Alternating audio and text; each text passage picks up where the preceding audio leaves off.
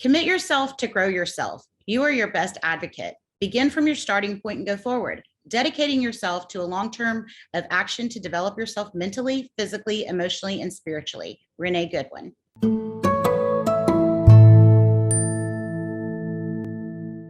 Hey guys, welcome. I'm super excited to have you join this week. I have an amazing guest. Her name is Renee Goodwin. She has been an award-winning author for Gigi Life Lessons Storybook series. And I'm just so excited to learn more about you, Renee. Welcome to the show. It's so great to have you. Thank you, Monica. I appreciate being here. Yes. So tell us a little bit about you. I know I've read about you. You're an amazing woman. You've had an amazing career. You've done amazing things. So I would love to first start, dive into your career and what drove you to the place to write these books and how you got there. Oh, well, thank you so much for asking. Yes, I guess from childhood, my parents always went out of the way, no matter what it took, to make sure my siblings and I got a proper education, the best that we could get at wherever we were. And my parents at the time also would go to work during the day and go to school at night to make sure that they got their degree. So from there on, I always knew that education was very, very important. And so I was very blessed to be able to get a teaching degree, engineering degree, and then went on to get a business degree. And I was actually blazed a few trails. I was the first offshore woman engineer, supervisor in the Gulf of Mexico when I first started as an engineer. As a teacher, I was able to teach secondary and elementary school, which is so important for the children. And then I ran my own oil and gas company for over 30 years. And so, that's a lot. Yes. That is, you trailblazed many different roads, and that's what makes you, for me, that makes you so inspiring and awesome, because you've gone from, an engineering life and degree and being one of the first women to, blaze the trail in that career, in that line. And then I don't know which order you did them in, but teaching first and second grade. I had a job only 2 weeks. I taught at a daycare for 2 weeks when my girls were really little. And I still say it was one of the best jobs I've ever had, because I love that age of children, right? The preschool and pre-K age, and up to first and second grade. And so, I think, which order did you get your degrees in? Well, I started as a teacher, and actually I enjoyed math and chemistry, which, okay. But I was able to teach math specifically, and I taught a little physics in there, but then I taught third grade, and that was a lot of fun. And so I guess I've kind of, had experience with all levels. Plus, with my children, I was always in the mix, being the room mom, and helping out, being the booster club secretary, and on and on. So I've been with school systems for, I guess, most of my adult life, I guess. And That's trying awesome. and still running the oil company on the side. Wow, that's truly amazing. I think engineering is a great career and very lucrative. And I applaud you. Math, and I love science. Math is not my best suit. I'm fine at it, but not the physics. I'm not going to be that person.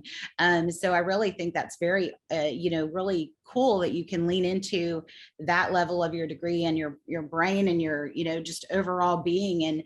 And so what prompted you to start writing these books? I'm really excited about your books. Yes, well, it's one of those stories where for so many years I had walked away from the engineering world, only out in the workforce, so to speak. I kind of had everything internal, and I was able to go back out and try to do some civil engineering, which I really enjoy too.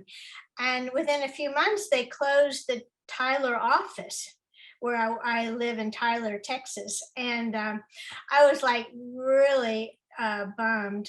And but Gigi had entered my life, and so as I watched her, my cane Italian master, she's a cane corso, and she was just so excited, and she would do one antics after the other, and I'm like, oh my goodness, and I just started writing these stories in my mind, and I said, I have to do something with them. So I wrote them in the computer real quick. And then I thought, well, Renee, you're going to have to take that leap of faith.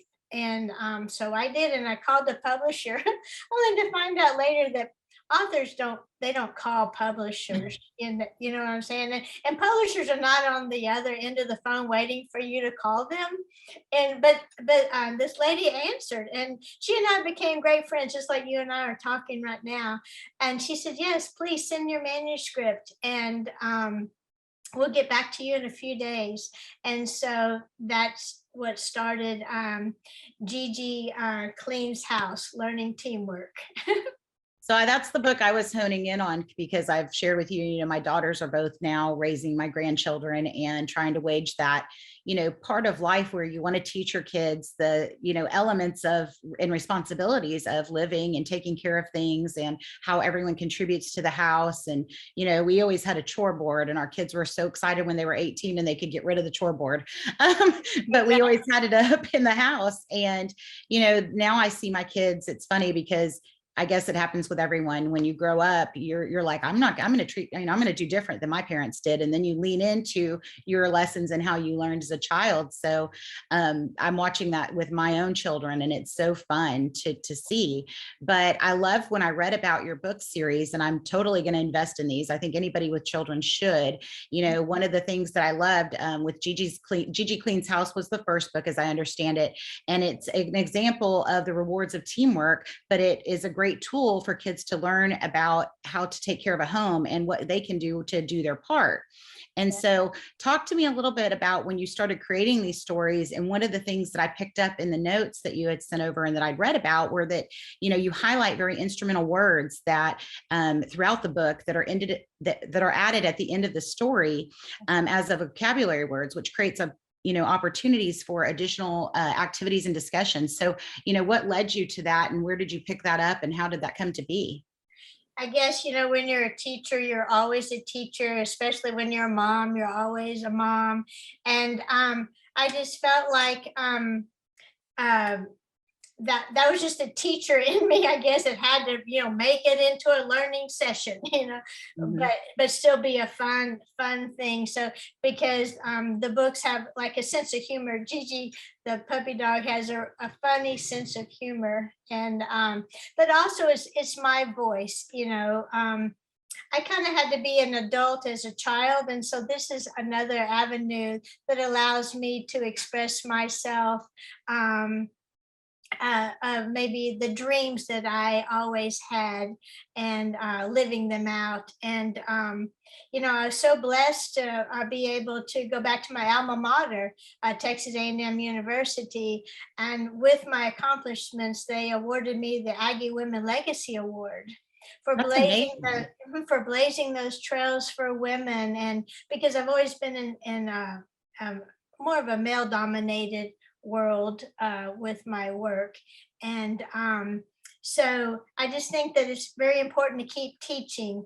And so my books are actually in the Texas A&M children's section of Cushing Library there. So the more I can get out there and reach to the children, and like we were talking, they're great read aloud stories, and that's so important for children to be able to listen.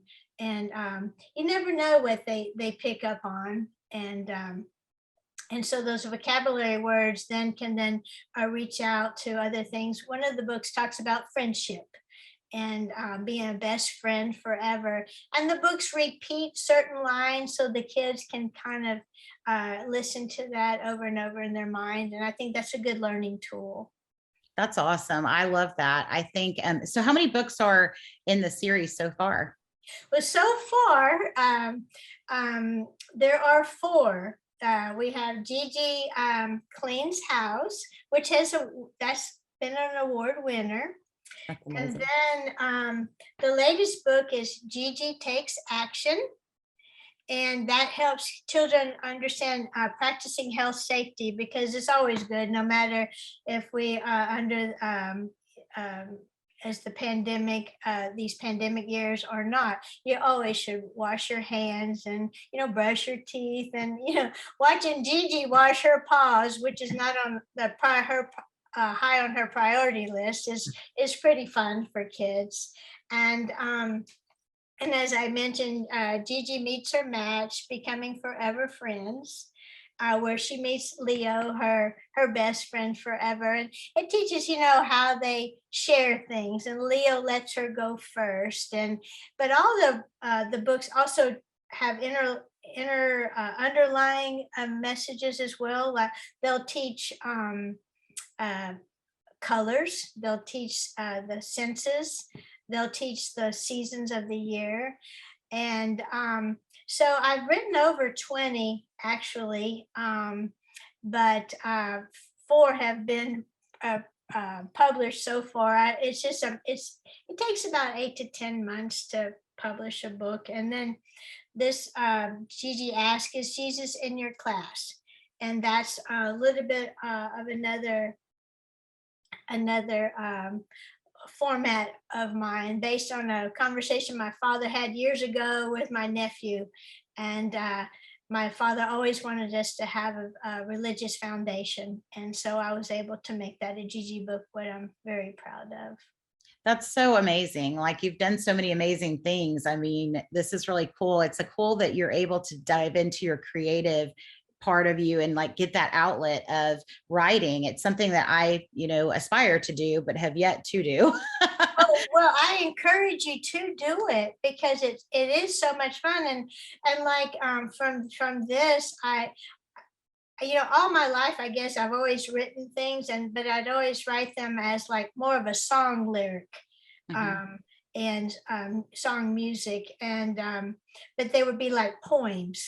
But I do encourage you to write, just write it down, because one way to get it from inside to outside is wonderful. And you never know whose heart you may touch with something that you have on your mind. And it's a wonderful blessing. I'm a little bit different, because most engineers are kind of like, mm-hmm. tunnel vision, and I'm like kind of and so it makes it a little bit interesting, that I can be creative, but then also be a mathematician. Yeah, for sure. You're able to lean into your creative side and pull it out for others to see, which is really cool. And that's something that, like I said, I aspire to do. I think for me, I love the school age children. I love working with them. Like, I don't really work with them, but having them in my life now because of my children, we got 5 grandkids in a year span, which is really fast for, that to happen, but it was really remarkable. And it's touched my life and my husband's life in ways we would have never or could have imagined. It's really changed our family dynamic in such a positive way and in such a growth way, that we all find ourselves being advocates now. But I have that super creative mind. I focused most of my career in real estate, and I am just itching to tap into that creative side. I think for me, more of my stories would probably be life experiences, and the ebbs and tides of that and seasonalities that you go through in life. So, I really, really love that you have made this such a fun thing. And I love that your dog Gigi has been able to, help you lean into that and get it out so that it can become something so beautiful for kids to learn from, but in a fun and exciting way. I told you earlier, my daughter has, her little book library in the living room, and it's not unusual at all. We FaceTime a couple of times a day with both of our kids, and they'll run in there and grab a book and want to sit down and read, or if I can hold up stickers or pictures on FaceTime for them to see, and we make up stories and talk about them and laugh, and it's just so fun to watch their little minds work. And exactly, they're sponges. Oh my gosh. Absolutely sponges, yes. They are. And we were just talking yesterday, we have a grandson that just turned 10 back in earlier this year. And he is, if they call us G Mama and G Daddy, the little ones call us Gigi and G Daddy. But if I was telling my youngest daughter last night, I'm like, if we say it, if my husband and I say it, then our 10-year-old grandson, he's like, that's the word. Like, my grandparents said it, and that's what the way it is. And you can't convince me otherwise. If I told him grass was purple, he would just be like, grass is purple because Gigi said so.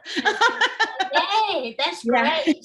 And then the baby, though, she's 17 months old or 18 months. I'm not sure. Like, she might be on the cusp of that. She is such a sponge. Like, it's your mannerisms, it's everything. They're watching and learning everything you do. And so, I love for her to go get a book and her to pull it open, and she's, so she's forming her vocabulary. And so, things that she's able to point out and say, like you said, the colors underlining, if it's red, or, strawberries are red, or, and she loves blueberries. So she's like, blueberry, and so she's learning so many words. So I absolutely am going to buy these books and send them to both of my daughter's house, because I think it's just such an amazing thing you've done.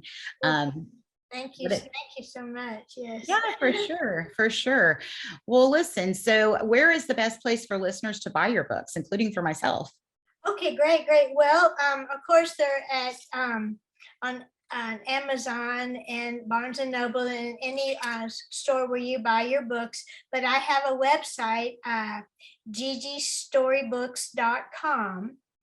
And if you order from there, I can personally autograph them for you and mail them to you, which I love to do. I love to do that. It's amazing. I'm able to go to the schools and do read alouds, or to the libraries, which I love to do, just to get out to the children. Things are opening up now, and I can get out and share the Gigi stories, and it is very rewarding for me. Absolutely. Does Gigi get to go to school with you when you get to do the readings sometimes? Well, actually, yes. Gigi and Leo are service dogs. Okay. However, we take moment to moment on that. Yeah. They're able to. A lot of times my sons will go with me, and they will watch Gigi and Leo so I can do the read alouds. But that's amazing. How fun for the kids. I just adore what you're doing. And I love that you're giving back in such a creative and educational way. That's very remarkable. I applaud you. So guys, if you're listening, I highly encourage you to go to Renee's website and buy the books. For me, I'll be buying them from the website because I want them autographed for my kids. I think that'd be great. I'll look forward to that. It'd be a blessing. Thank you. 100%. Yes. So I'm going to leave this episode. Renee, I want to thank you so much for coming on the show. It's been great talking to you and getting to know you. I would love to have you back sometime. Keep me posted on new releases and things like that. I want to leave you guys with another quote from Renee that I read that she had in her excerpts of my readings. And that quote is, your education belongs to you, to encourage you to become that special you to share with others. Education is the path of beginnings. And I think you are a prime example of that quote that you had, Renee, and that's just, you're a remarkable woman. And I'm so thankful to have gotten to meet you and have you on our show. And, I'm looking forward to watching more of Gigi's events come to life. Yes, I hope to produce another book this year, and I would love to make them into animated cartoon series. I think that would just be a great thing. 100%. That's remarkable. Yeah. So guys, go check out Gigi's books, and we will have the information in our post when this posts live. So if you have any questions for myself or for Renee Goodwin, feel free to leave them in the comments. And again, Renee, thank you so much for joining me this week. It's been such a pleasure to speak with you. Thank you. So nice to have had me. I appreciate it very much. Absolutely. All right, guys. See you soon. Take care. Hey guys, if you like this episode, please hit like and subscribe.